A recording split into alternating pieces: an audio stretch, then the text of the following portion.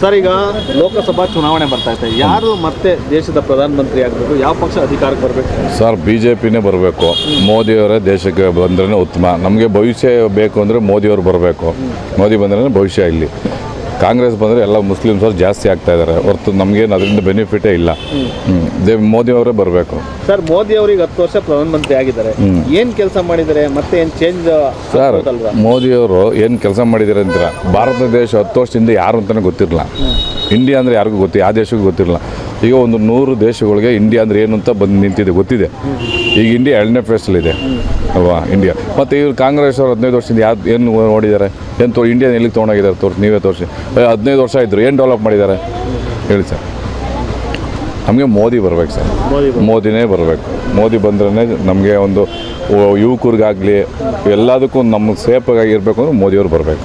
Sir, ಈಗ ಅಯೋಧ್ಯೆಯಲ್ಲಿ ರಾಮ ಮಂದಿರ ಉದ್ಘಾಟನೆ ಆಗ್ತಾ ಇದೆ ಜನವರಿ 24. ಇದ್ರ ಬಗ್ಗೆ ಹೇಳೋದಾರೆ ಏನು ಹೇಳ್ತೀರಾ?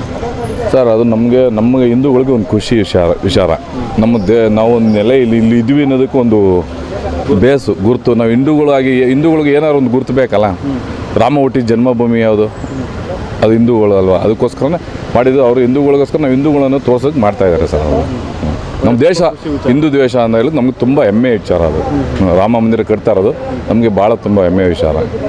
ಅಂದರೆ ಈ ಕಾಂಗ್ರೆಸ್ ಆ ಉದ್ಘಾಟನೆಗೆ ಹೋಗಲ್ಲ ಅನ್ನೋ ಮಾತು ಕೂಡ ನಾಯಕರು ಹೇಳಿದ್ದಾರೆ. ಹೌದು. ಇದ್ರ ಬಗ್ಗೆ ಹೇಳಿದ್ರೆ ಸರ್, ಅದು ಅವ್ರು ಏನು ಕೇಳಿದಾರೋ ಗೊತ್ತಿಲ್ಲ. ಅವರು ಒಬ್ರು ಹಿಂದೂಗಳಾಗಿ ಆ ಥರ ಹೇಳ್ಬಾರ್ದಿತ್ತು.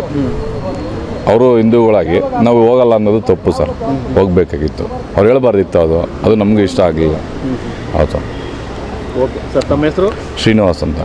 ಸ್ವಾದಿಷ್ಟತೆಯ ಸ್ವಾದ, ತಾಜಾತನದ ಆಹ್ಲಾದ, ಉತ್ತಮ ಆರೋಗ್ಯ ಮತ್ತು ಹೆಚ್ಚಿನ ರೋಗ ನಿರೋಧಕ ಶಕ್ತಿಯ ವೃದ್ಧಿಗೆ ಈಗ ನಿಮಗೆ ಸಿಗುತ್ತಿದೆ ಉತ್ತಮ ಗುಣಮಟ್ಟದ ಪೌಷ್ಟಿಕಾಂಶ.